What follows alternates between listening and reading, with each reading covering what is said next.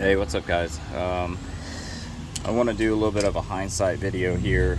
I've been fighting this 2012 BMW 550i Mcgard wheel lock, one of these suckers. So we had two keys. A customer got this car, didn't have a key. We got a replacement key and got three wheels of the brakes done, and the key ended up stripping out on the fourth wheel, of course.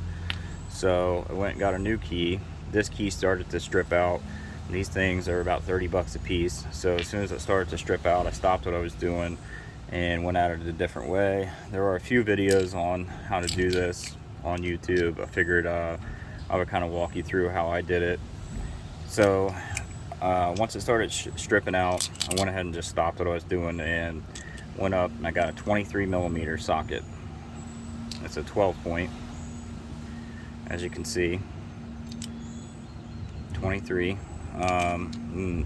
can probably get that piece out of there when you're done to reuse this, but you can see where the wheel lock was right there.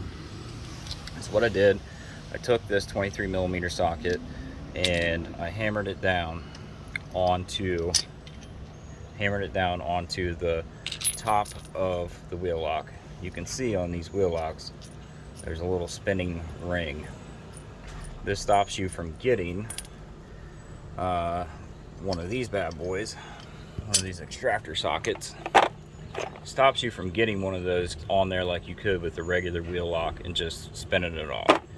So what you got to do is, fortunately, these are a two-piece ordeal here. If you can get that 23mm, you're going to smash it down on top of this, and you're going to slowly work it back off there. The way I did was I took my pry bar, I attached it to the socket, and I just worked it back and forth, back and forth, back and forth until I finally got it off of there.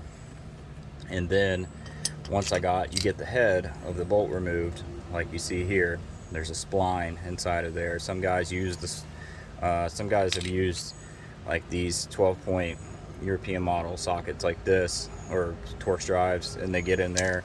I just got my 19mm extractor socket and smashed it down on there and got it off with that.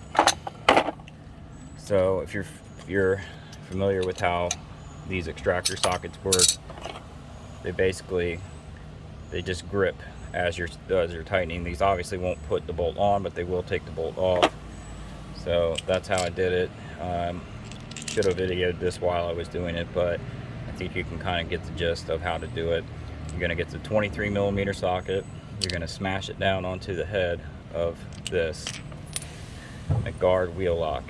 And what happens is it's going to put this in a bind, and you're going to just slowly wiggle it back and forth, and the head of this bolt is going to actually come off, and you're going to be left with the base of it, which is what you see here.